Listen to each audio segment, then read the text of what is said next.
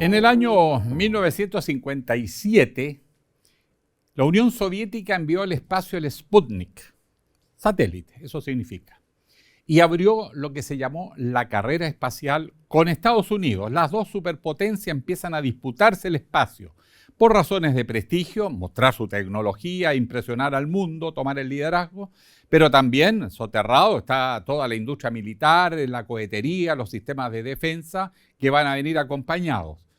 Pero también permitió el avance de la ciencia y la tecnología, conocimiento de cómo responder a problemas prácticos que incluso en la Tierra se han podido hacer por lo que se descubrió para poder llegar a la Luna o al espacio.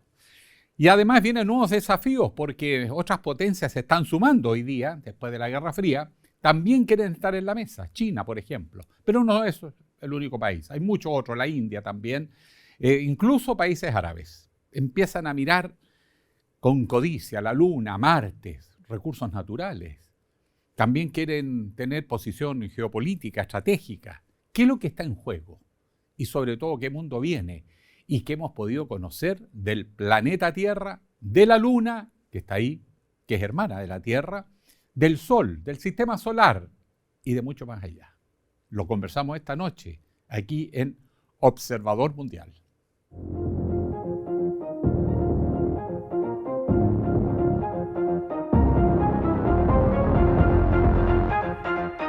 Bueno, vamos a conversar. María Teresa Ruiz, astrónoma, Premio Nacional de Ciencias, que nos ha venido a contar sobre los descubrimientos del universo, de la planeta Tierra, de la Luna, del Sol y de muchas maravillas. Y Chile es un gran protagonista por los observatorios que tenemos en nuestro país. Potencia número 1 mundial líder.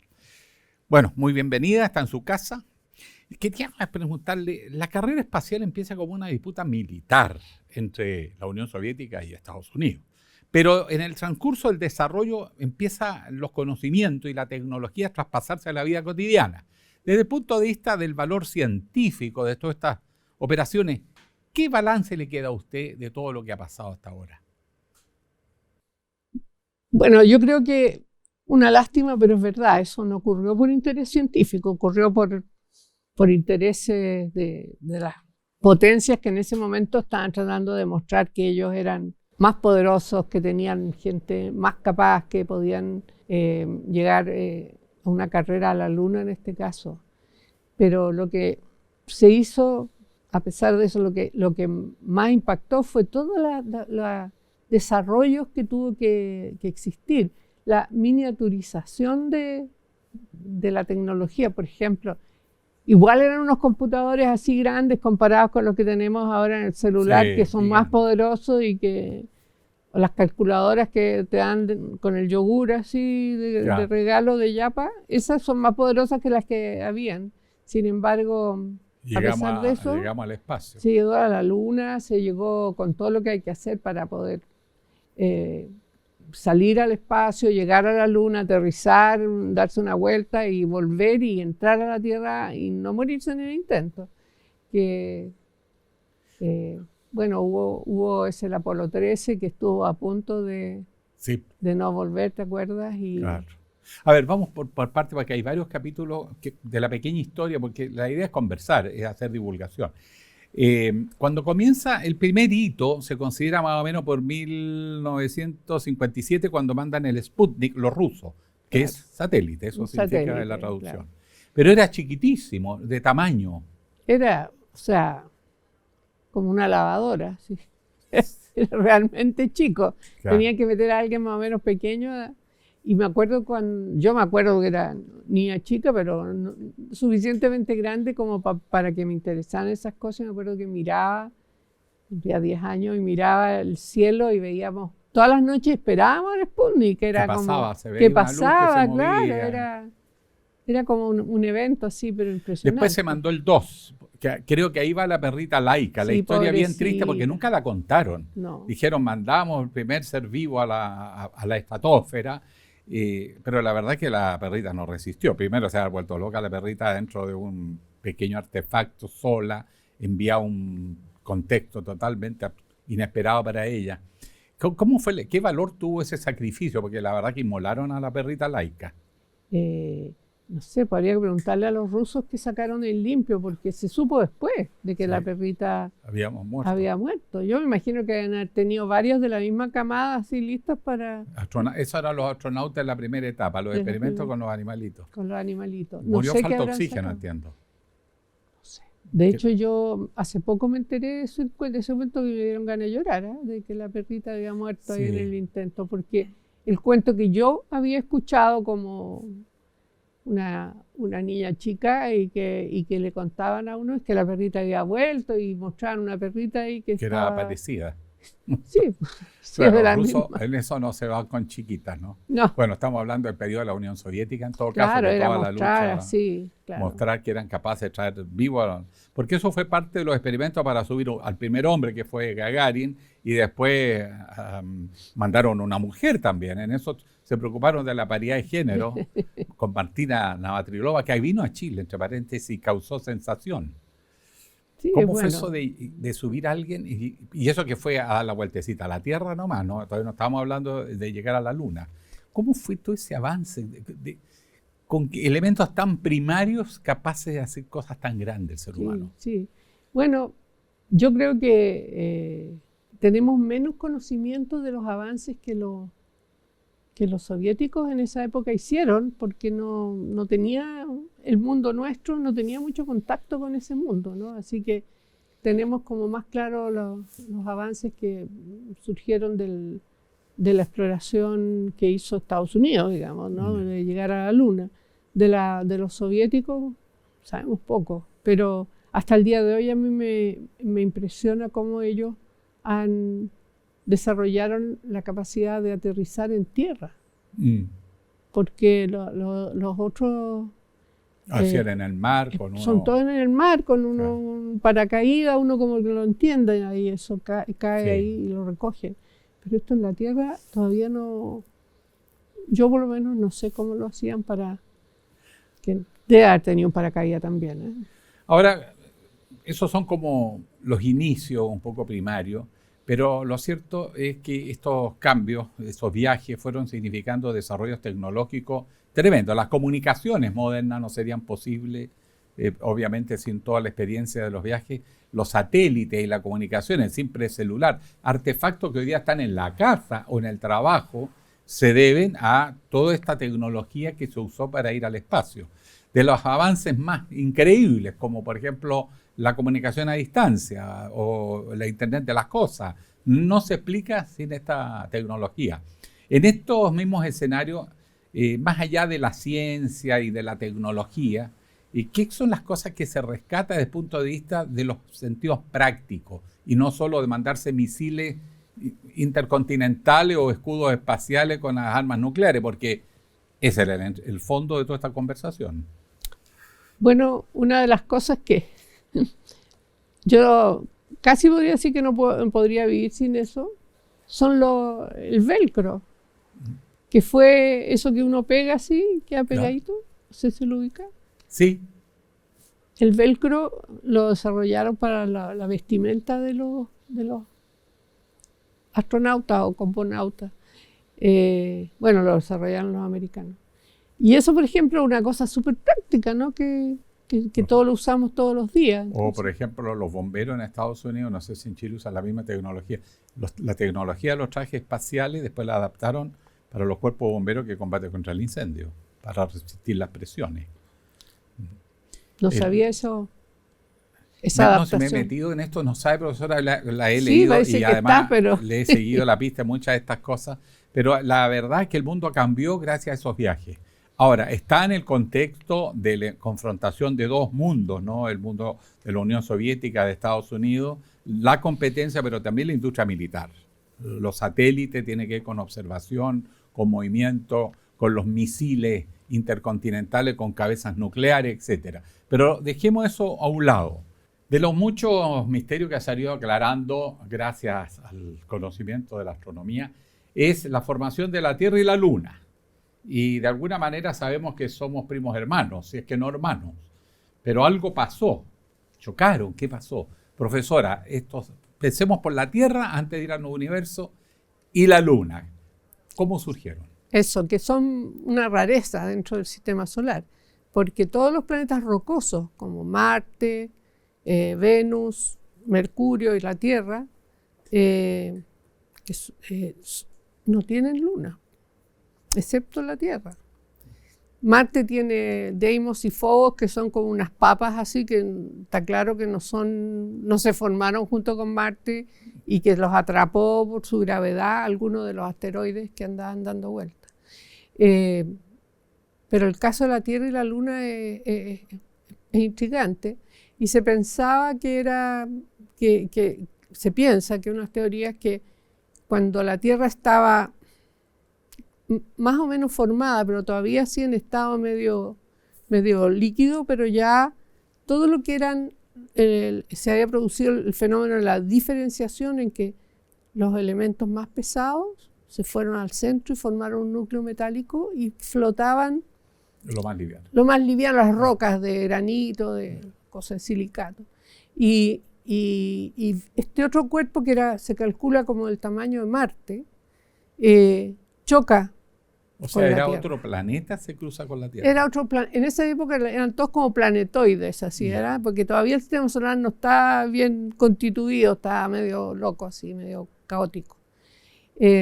Chocó con la Tierra y como ya la Tierra ya está un poco más coagulada, ya tenía como 1.000 millones de años, lo que pasó es que el corazón de ese otro planeta más pequeño quedó plasmado en la superficie de la Tierra.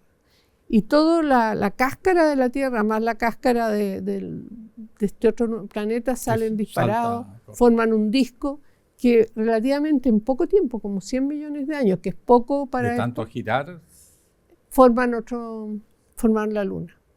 Entonces uno esperaría que la composición de la Luna no difiriera mucho de alguna de las composiciones de las rocas de la Tierra. O sea, la Luna debería ser muy similar. ¿Por qué tanto interés en no solo conocer la Luna, sino ir a instalarse permanentemente en la Luna? He estado viendo que tanto Estados Unidos, China y otros países, pero sobre todo estas dos potencias, están hablando de tener instalaciones más permanentes en la Luna. Yo creo que una de las ideas es tener laboratorios que permitan hacer experiencias ahí con las condiciones tan especiales de la Luna, con una atmósfera prácticamente inexistente, con una gravedad también mucho menor, y se podrán encontrar cosas interesantes. Para astronomía, por ejemplo, se ha planteado en poner, por ejemplo, observatorios en la Luna, pero... contribuye para el tremendo esfuerzo económico y tecnológico instalarse en la Luna, porque uno dice, bueno, ¿cómo sobrevive el ser humano aquí? Claro, no solo es costoso, sino que no es tan favorable, porque hay diferencias de temperaturas feroces ahí entre el día y la noche. ¿Cuánto más o menos? Sí, 100 grados fácil. Ya. Entonces, nos quejamos aquí por 20. Claro, ¿no? Y en serio, los telescopios que tenemos aquí en la Tierra tienen toda una tecnología para que los espejos, por ejemplo, se mantengan durante el día con la temperatura que va a haber esa noche. Entonces tienen unos modelos predictivos ahí para ir logrando que estén a esa temperatura, de tal manera que cuando se abre finalmente la cúpula está toda la misma temperatura, y el vidrio ese, que es el espejo, no se deforma con la temperatura, ¿no? Tiene que mantenerse a la misma temperatura. O sea, en la Luna otra tecnología. No, en la Luna habría que inventar otra cosa, y yo creo que entre hacerlo en la Luna y hacerlo en el espacio, ya se demostró con el James Webb, que lo fueron a poner por allá lejos, a 1,5 millones de kilómetros de la Tierra, y... ¿Ha funcionado mejor? Ha funcionado estupendamente. De repente le han llegado unos chancacazos de pequeños mini asteroides, pero es notable. A mí esa cuestión me emociona, porque el ser humano ahí. Ese es el ser humano que se instala, que fue capaz de hacer, ¿no?, eso.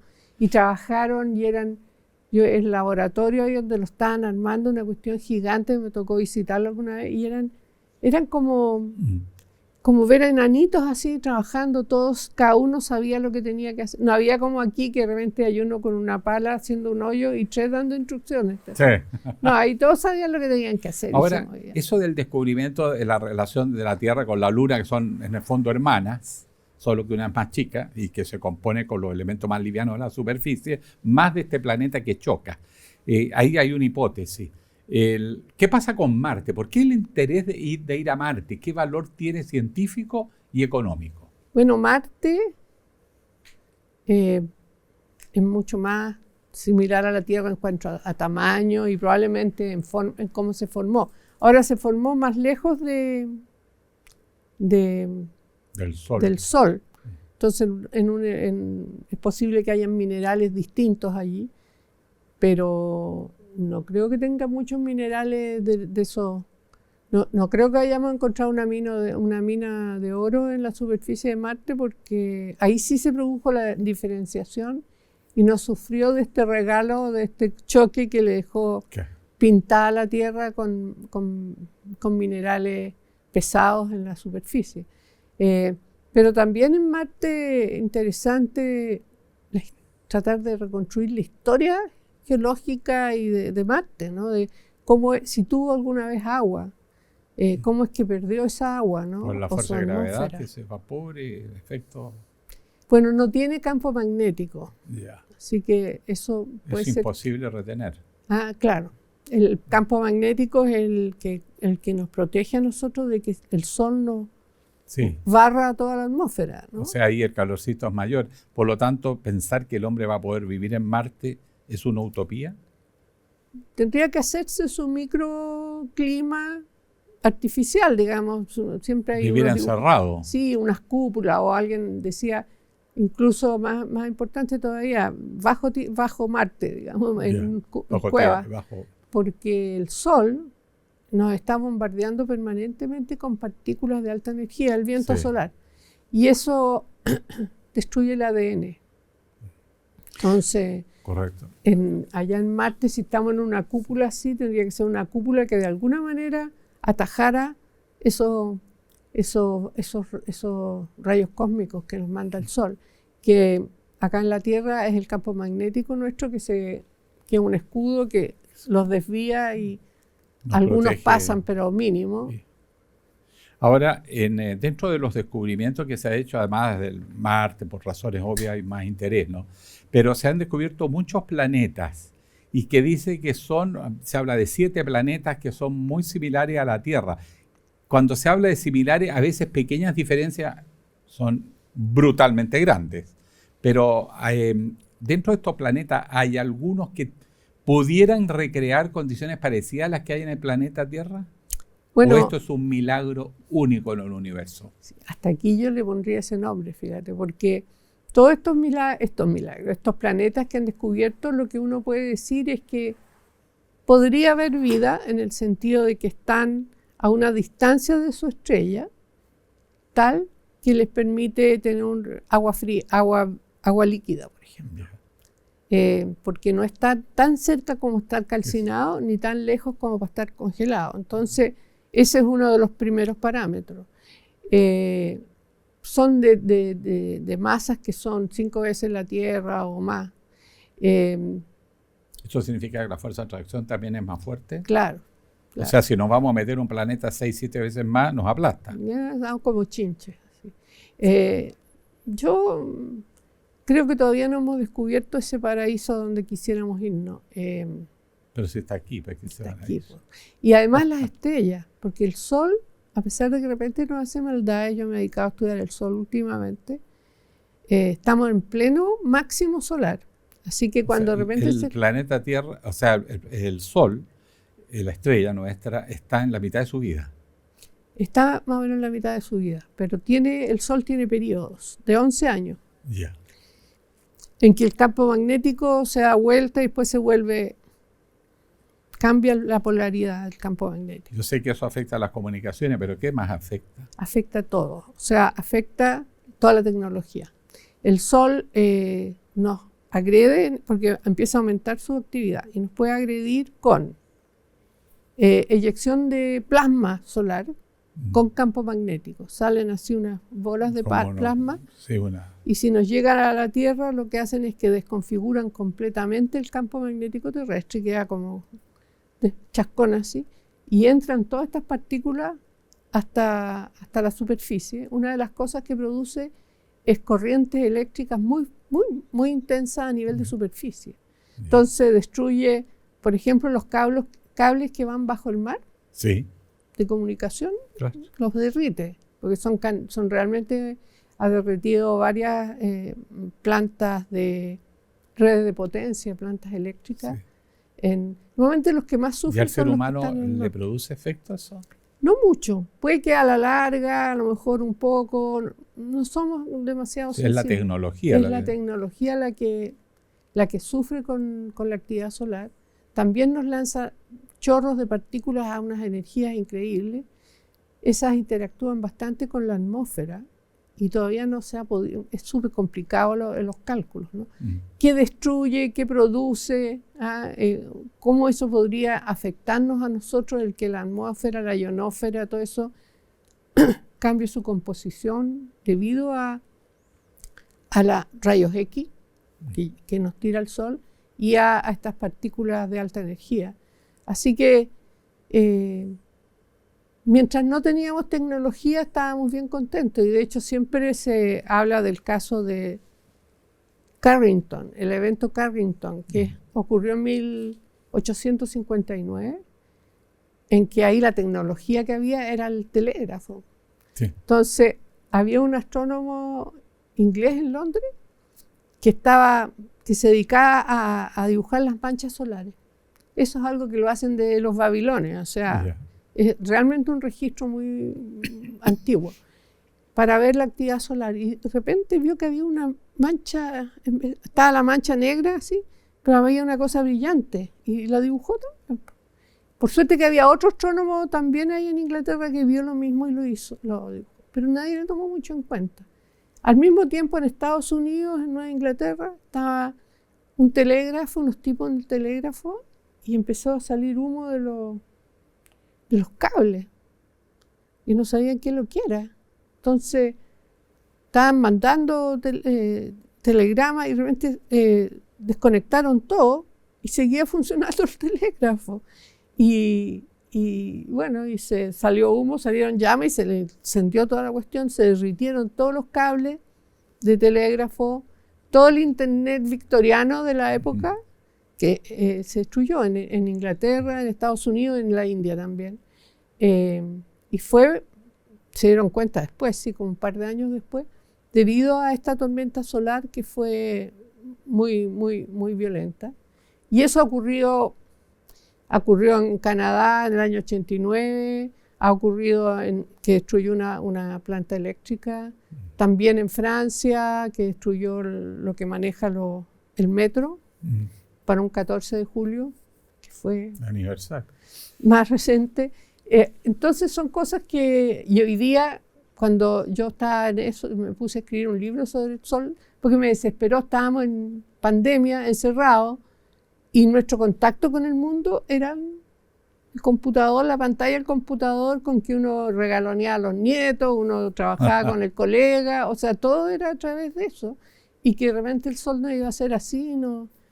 Profesora, vamos a hacer una pequeña pausa. A la vuelta también le voy a preguntar el origen de la vida, qué se sabe y si hay posibilidad que en el universo haya vida, aunque sea muy lejos, aunque nunca nos lleguemos a conocer, pero por lo menos en términos de probabilidad, pero una vida semejante a la Tierra, no de bichito, nada, relativamente comparable. La pausa y volvemos.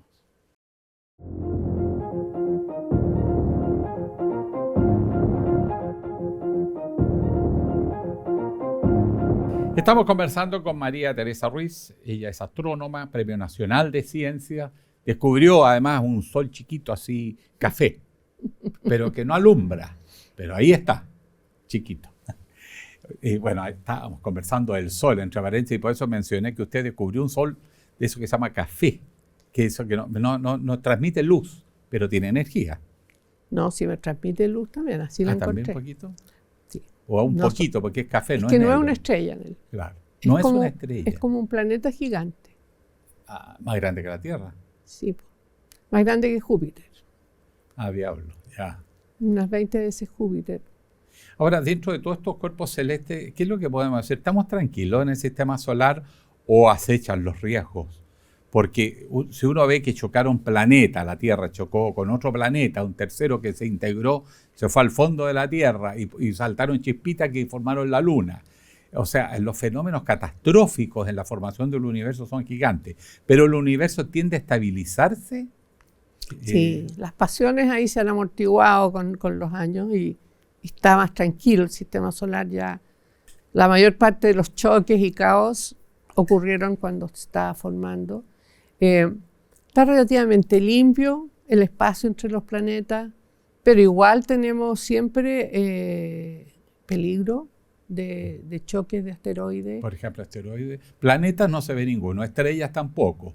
La posibilidad de tener un agujero negro más cerca de lo que nos hemos dado cuenta, ya lo habrían detectado. Sí, no. O sea, no hay riesgo catastrófico. Y los agujeros negros, imagínate que si la Tierra fuera un agujero negro tendría el tamaño de una uva. Mira, entonces, ¿cómo le vamos a chuntar a eso? Hay que tener muy mala suerte, ¿no? O sea, no creas así de repente. Oiga, hablemos del origen de la vida en la Tierra, un milagro tremendo de combinaciones exacto de temperatura, de cambios que están ocurriendo en la atmósfera. O sea, la Tierra es un milagro. Si hay por asomo alguna observación del universo, más allá del sistema solar, más allá de la galaxia, algo que haga suponer que en algún lugar del universo tenemos compañía. No hay ninguna evidencia de nada, ni siquiera de un bichito, ni siquiera en nuestro sistema solar fuera de la Tierra. Lo que sí es bien notable es que, sobre todo con el telescopio ALMA que hay acá en Chile. Chile, la región de Antofagasta. 5.000 metros de altura, no ha ido nunca. Es en su región. Sí. Es maravilloso porque ese telescopio solo ve moléculas. Y la mayor parte de las moléculas que ven no sabemos lo que son, así que ahí hay todo un espacio para el descubrimiento. Pero una de las cosas notables es que mire donde mire, la materia prima para la vida está. Aquí y en muchas nebulosas. Todas las moléculas, incluso gigantes de carbono, que son la base del ADN, por ejemplo, están en las nebulosas que podemos ver. Por lo tanto, la materia prima del universo es más o menos parecida. Está ahí casi como, de repente, alguien lo proponía, yo no soy tan astuta como para hacerlo, pero dicen que podría ser me hace sospechar que tal vez la semilla de la vida estaba como desde el inicio o algo así. Y que finalmente donde llega y se encuentra bienvenida, como en la Tierra, tenemos una estrella, a pesar de todas las cosas que conté, que el Sol no le gusta mucho la tecnología, pero el Sol se ha portado regio con nosotros, o sea, hemos tenido suficiente tiempo para evolucionar. La mayor parte de las estrellas no son tan tranquilas como el Sol. Incluso estrellas iguales al Sol tienen mucho más actividad y erupciones. Al final matan a los planetas que están cerca. No, la vida es incompatible con vivir por ahí cerca de esas estrellas. Entonces, yo creo que la materia prima para la vida está en todas partes. Cosa que encuentra un lugar, como digo, donde pueda evolucionar. No tenemos un experimento o una teoría o algo que nos muestre cómo se pasa de lo inanimado a lo animado. Uno puede poner todos los jugos y todas las cosas que se necesitan para formar la vida y tirarle electricidad a los rayos, porque se cree que la actividad eléctrica en la atmósfera de la Tierra primitiva es importante, bueno, pero no nos sale ningún bichito caminando. Entonces, eso todavía no lo hemos logrado, a lo mejor alguna vez se logra, pero francamente, ya una cosa personal, espero que haya vida en otro lado y que, como tú decías, no sé, hace un rato, no unas bacterias pequeñitas, no, seres así que tengan algún tipo de desarrollo, inteligencia, autonomía y desarrollo intelectual. No hay nada probado, ni por asomo. No. Y a mí lo que me preocupa es la conciencia, porque nosotros somos seres vivos con conciencia, que sabemos que vamos a morir, que somos capaces de pensar en el pasado, bueno, comunicar la historia, planificar el futuro, y ponerle nombre a las cosas. Nosotros le hemos puesto nombre a todo lo que hay en el universo, ¿no? A las distintas galaxias, a las estrellas, a la esta. Y de repente uno piensa, a lo mejor somos la conciencia del universo. Es enorme porque efectivamente si no hay ningún indicio no podemos empezar a levantar hipótesis, aunque es tan gigantesco el universo que la verdad tan imposible siquiera de concebir que quizás en algún rincón haya alguna posibilidad de combinaciones relativamente parecidas a la Tierra que genere algún efecto parecido. Pero estamos apostando a ley de probabilidades, nada más que eso. No, y ojalá, yo siempre digo, si ven un extraterrestre, por favor, preséntenmelo, porque nosotros somos todavía... A lo mejor están aquí, no nos hemos dado cuenta, es cierto.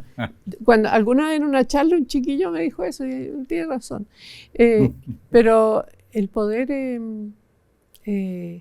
saber cómo llegaron, porque nosotros, como estábamos recién conversando, estamos apenas tratando ahora, porque estamos de nuevo peleándonos entre los chinos y los norteamericanos, sí. Parece que está avanzando la carrera espacial de nuevo. Pero, a ver, usted hizo un planteo que yo lo quiero recoger. La carrera espacial volvió a tomar fuerza.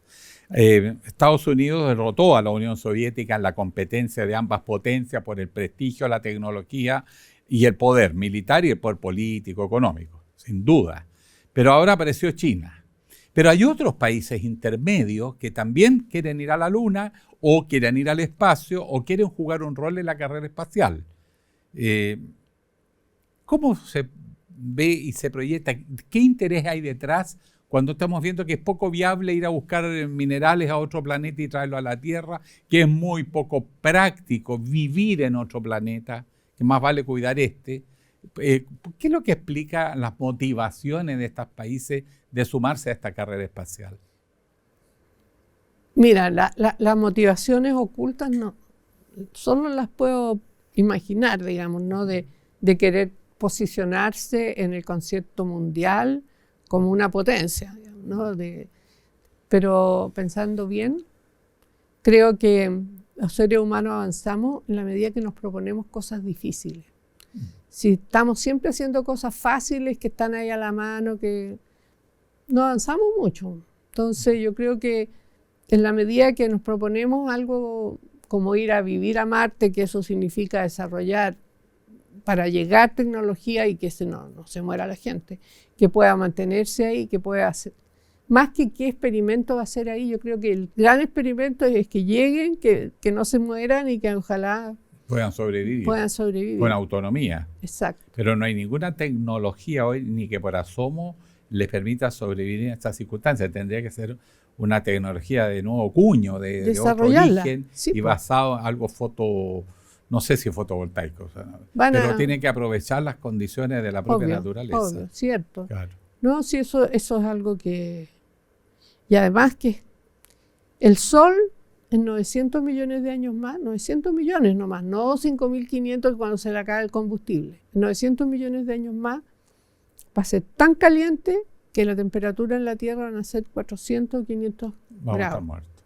Entonces no hay nada líquido en la superficie. Por lo tanto, tenemos un tiempo, según Hawking, 100 millones de años, pongámosle que sí. 100 millones de años tenemos para prepararnos, desarrollar tecnología y buscar otra casa. Claro que él también decía con ironía que con 100 años más, si seguimos como vamos a tener destruido el planeta.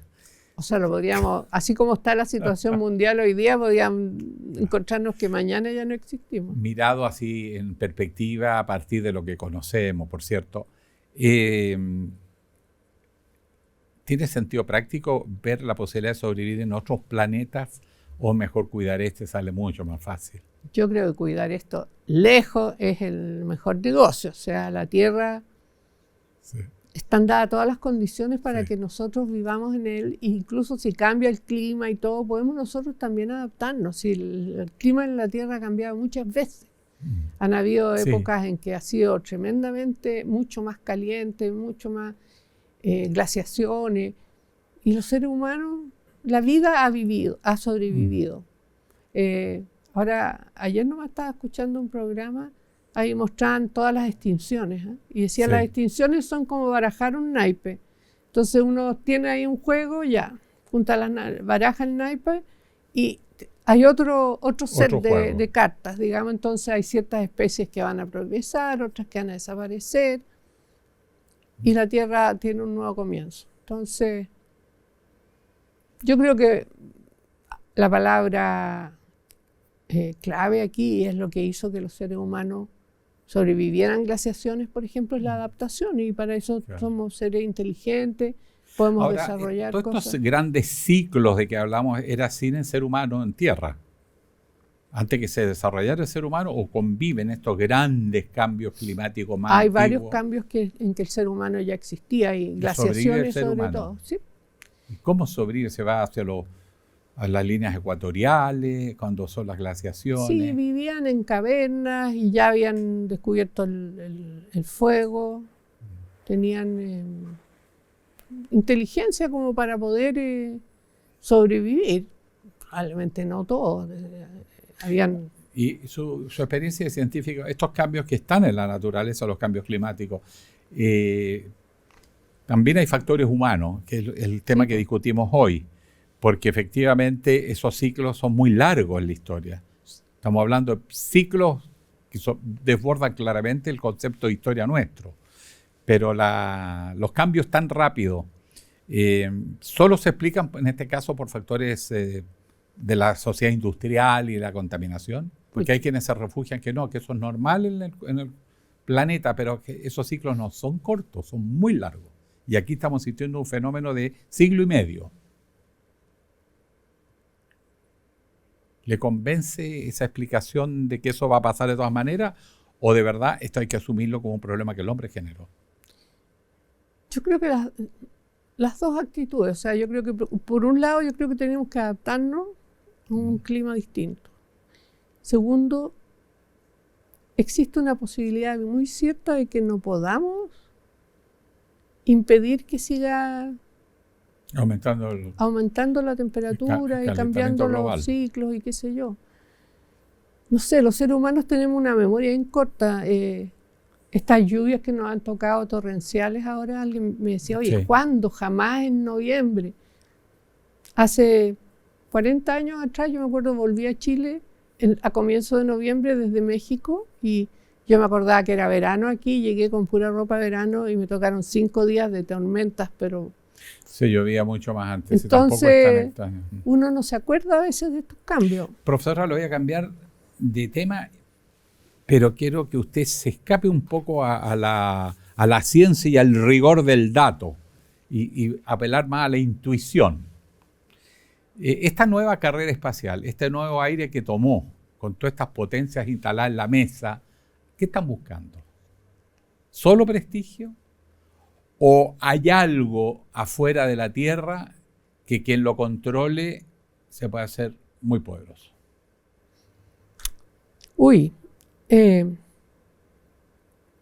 No tengo una mente maligna, entonces me cuesta imaginarme qué maldad pueden estar pensando. Pero a lo mejor si uno... qué difícil, pero si uno se instala, por ejemplo, en la Luna, podría tener un punto bien privilegiado para controlar a lo mejor el espacio circundante a la Tierra. Podría ser, pero no sé. Sobre todo, o por los conocimientos que se adquieren. Los conocimientos que se adquieren seguro, porque como digo, hay que desarrollar tecnología nueva, y esa tecnología desde el velcro, que es como lo más simple, pero también hay mucha tecnología que tiene que ver con... O sea, no podríamos vivir hoy como vivimos sin todo lo que se aprendió con los viajes espaciales. Pero ahora creo que se metieron en el sector privado, que también se está transformando en exploradores del espacio.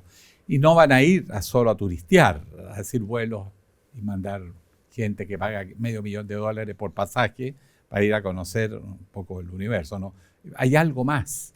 Y creo que el tema de la exploración de los recursos naturales que puedan tener planetas, asteroides, meteoritos, no sé, lo que puedan captar. ¿No es esa una motivación suficiente para esta mentalidad del ser humano que requiere nuevas aventuras y lanzarse a nuevos mundos? Bueno, el ser humano ha sido siempre explorador, así que no me sorprendería que eso fuera parte, no sé si como una estrategia de negocio, pero también soy mala para los negocios, así que además a lo mejor sí, La pero gente de ciencia ve el valor del conocimiento. pero Otros lo aprovechan. otros lo aprovechan, claro, pero yo creo que es algo, como digo, más que nada para desarrollar nuevas tecnologías. Incluso en la astronomía, hay casos bien conocidos así de aplicaciones. Cuando me dicen para qué sirve la astronomía, porque es una ciencia que lo que hace es que explora el hábitat de los seres humanos, donde estamos aquí, cuál es nuestro universo, cómo es, ¿no? Sí.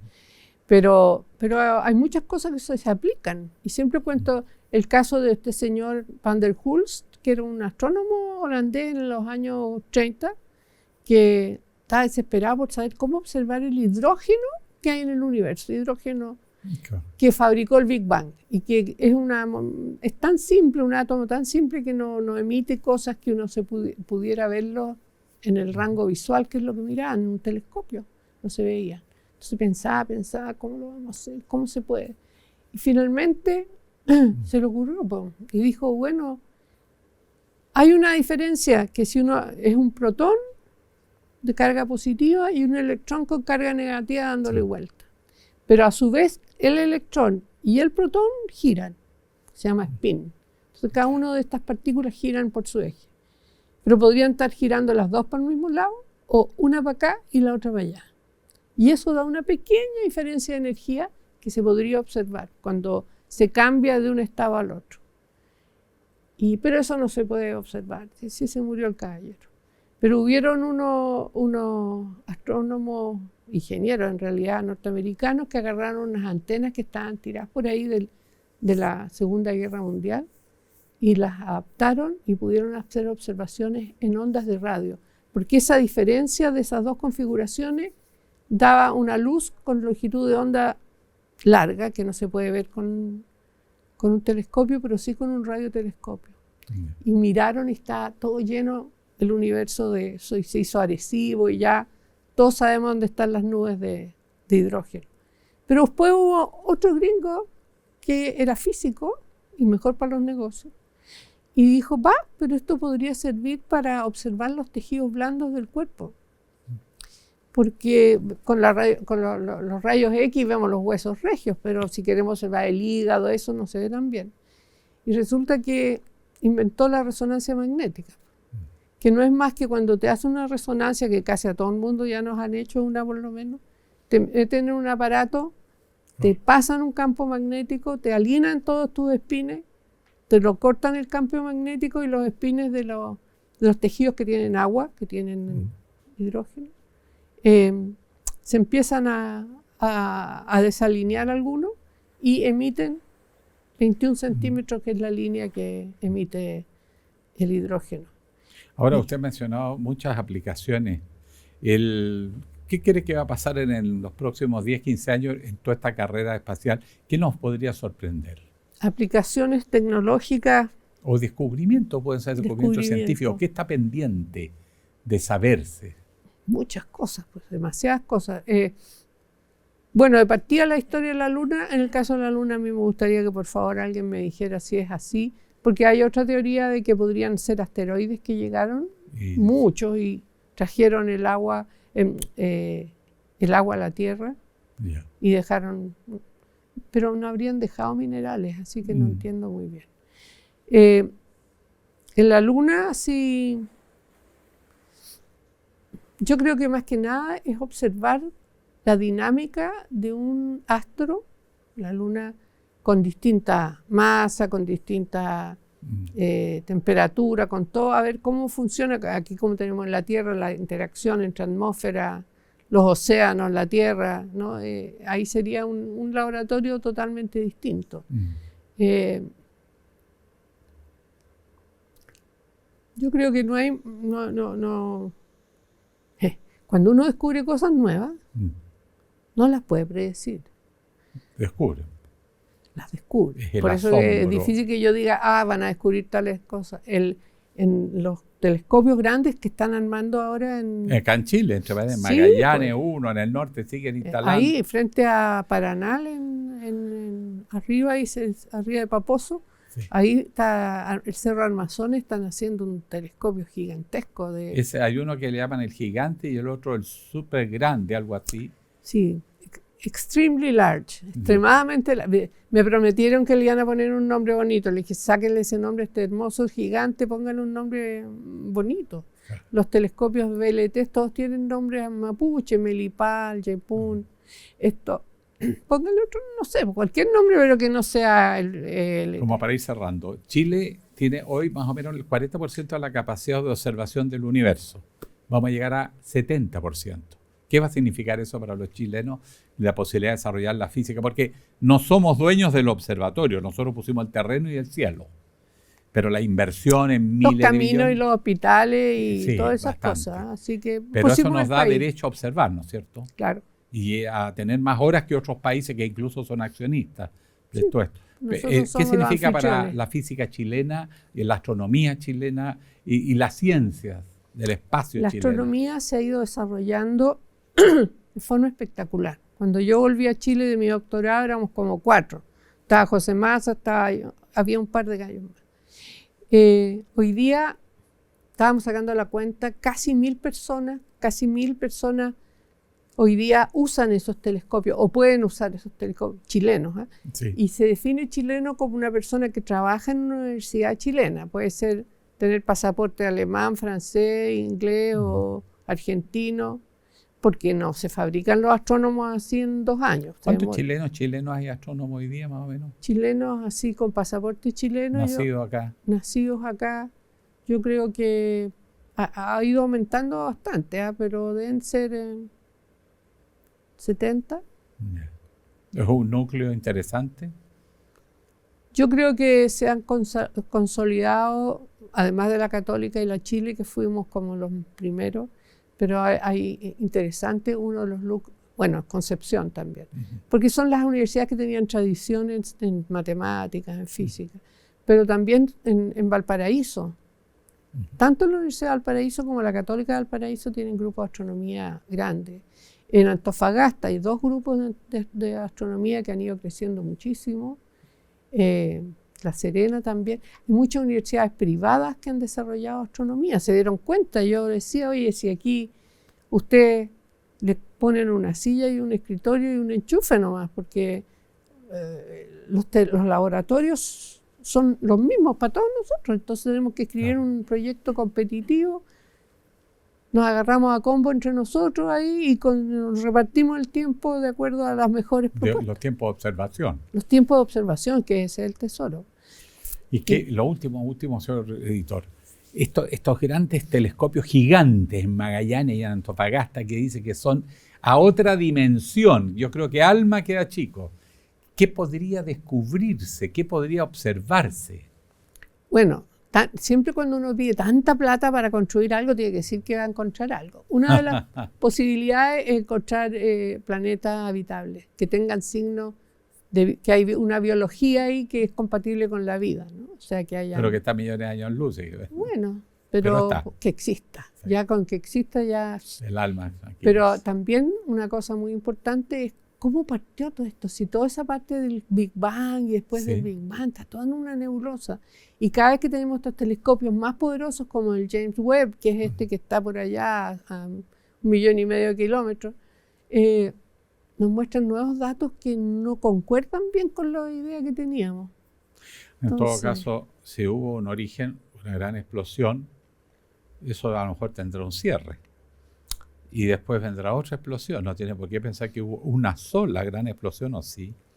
Bueno, los datos que muestran ahora es que hubo una explosión y que el universo se está acelerando cada vez más. Por lo tanto, olvídate de que vuelva. No hay posibilidad de... Esa es la teoría que está funcionando también y que se ganaron el premio Nobel. Bueno, y con observaciones que se hicieron en Chile, que fueron materia prima para que sacaran el premio Nobel los gringos. Exacto. Pero ahora eso está como en revisión gracias a nuevos datos, nueva información. Así que ese telescopio grandote, a lo mejor cuando ahora se usó, Pero esas son las cosas que nosotros creemos. Pero después abren sus ojos estos nuevos telescopios y nos muestran una cosa que no, nadie ni siquiera esperaba. lo habíamos planteado. Si eso Bueno, no esa es la gracia de la ciencia. Esa es la gracia. Si no hay asombro por encontrar algo súbito. Claro. Profesora, ha sido un agrado conversar con usted. No es la primera Gracias. vez, no va a ser la última. Qué Porque bueno. además Chile se está transformando en potencia mundial en astronomía.